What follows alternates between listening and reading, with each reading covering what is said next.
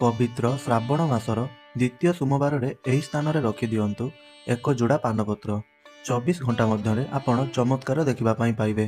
श्रावण मासर द्वितीय सोमवार 29 जुलाई को पड़ापी जाऊँगी। एही वर्ष श्रावणर जो मास अच्छी यह बहुत ही खास अटे। यार पछरे मध्य अनेक गुड़िए कारण अच्छी कहीं एही वर्ष श्रावण में 5टी सोमवार पालित होगापी जाऊँगी। माने आपण भगवान शिव शंकर 5 थर जलाभिषेक करें। तेबे एही श्रावण मासरे जदि आपण भगवान भोला शंकर पूजा पाठ करिथांती तेबे आपणको सही पूजा पाठर फल 1000 गुणा मिलिबो। श्रावणर द्वितीय सोमवार पूजा पाठ करिवार शुभ मुहूर्त हेउछि सकाळ 4टा बाजी 13 मिनिट रु नै करी 4टा बाजी 54 मिनिट पर्यंत रहिबो। एहा ब्रह्म मुहूर्त रहिबो। एहा परे द्विप्रहर 12टा रु नै करी 12टा बाजी 55 मिनिट पर्यंत रहिबो। अभिजित मुहूर्त रहिबो। एहा मध्य पूजा पाठ पई भल समय होइथाय। पुणी द्विप्रहर 2टा बाजी 45 मिनिट रु नै करी 3टा बाजी 40 मिनिट पर्यंत पूजा करिवार एहा मध्य शुभ मुहूर्त रहिबो। तो एही समय मध्यरे जदि आपण पूजा पाठ करिवे एहार फलर प्रभाव आपणको 1000 गुणा प्राप्त होइथाय। श्रावण मासटी एक एपरी समय होइथाय जेउ समय रे समस्त देवी देवता माने समस्त देवगण तीर्थ स्थान को आसी जाती। एही कारणरू श्रावण मासरे भक्तिभाव करिवार फल आमको अत्याधिक प्राप्त होइथाय।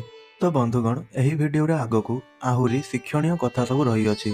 तेबे आपण जदि भगवान शिवं को सच्चा हृदयरू भक्ति करुथांती तेबे आपण वीडियो को गुटिए लाइक करि दियंतु एवं चैनल को सब्सक्राइब करि नियंतु एवं कमेंट बॉक्स रे भक्तिर सहकारे लिखि दियंतु ओम नमः शिवाय हर हर महादेव।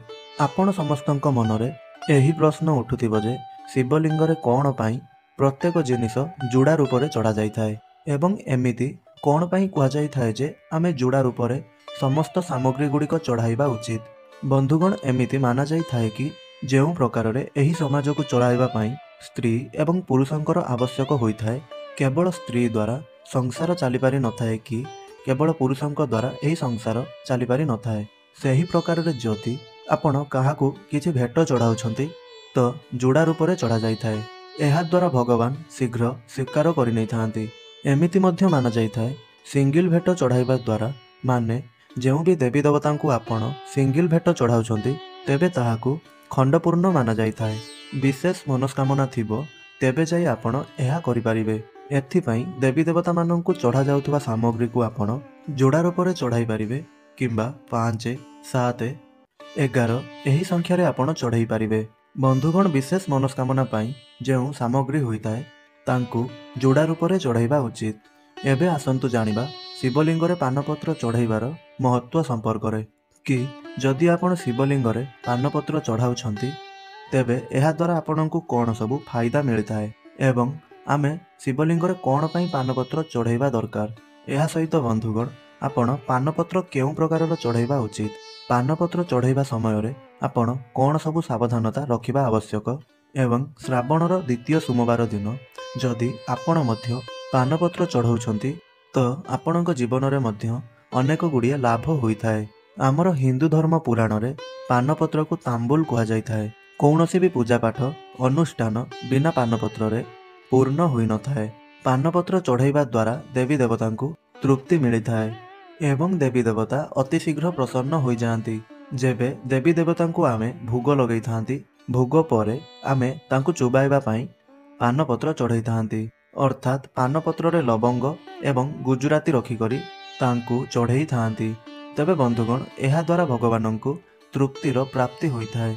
बंधुगण एपरि मध्य माना जाइथाय जे जदि आपण शिवलिंग रे पानपत्र चढ़ाउछंती तेबे एहा आपणको 5टी जबरदस्त फायदा प्राप्ति कराइथाय एवं आपणक जीवन रे मध्य अनेक चमत्कारी हेबा आरंभ हो जाइथाय। आसंतु सेही चमत्कार संपर्क रे जानि नेबा। बंधुगण प्रथम फायदा एहा अटे कि जदि आपण दीर्घायु प्राप्त करिबा पई चाहुछंती तेबे दीर्घायु प्राप्त करिबा पई श्रावणर कौनसी भी सोमवार दिन शिवलिंग रे पानपत्र निश्चय चढ़ांतु। पानपत्र आपण चढ़ाइबा द्वारा आपणको दीर्घायुर प्राप्ति होइथाय।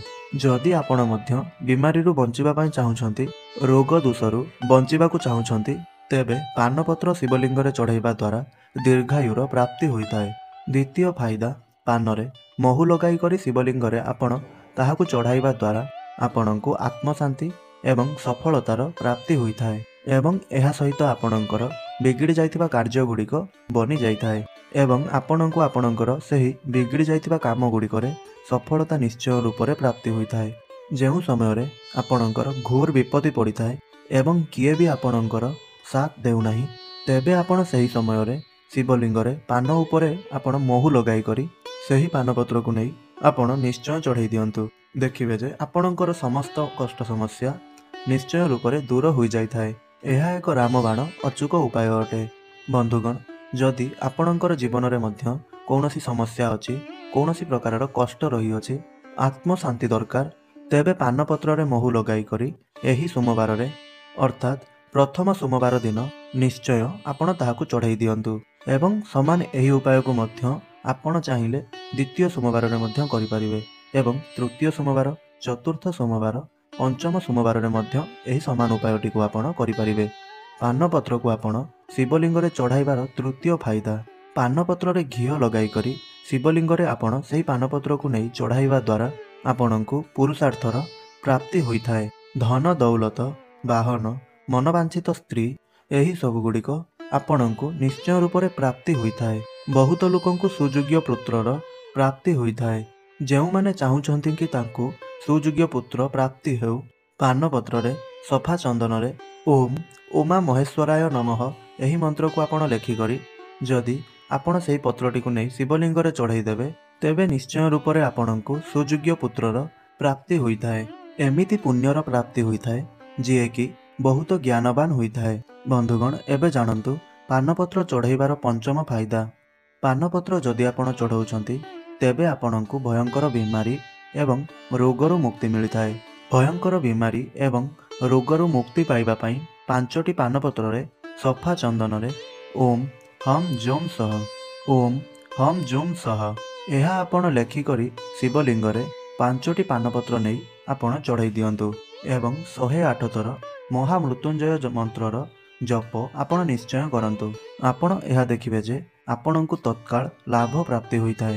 ବନ୍ଧୁଗଣ, ଶ୍ରାବଣର ଦ୍ୱିତୀୟ ସୋମବାର ଦିନ ଚଢ଼ାନ୍ତୁ 2 ଯୋଡ଼ା ପାନପତ୍ର।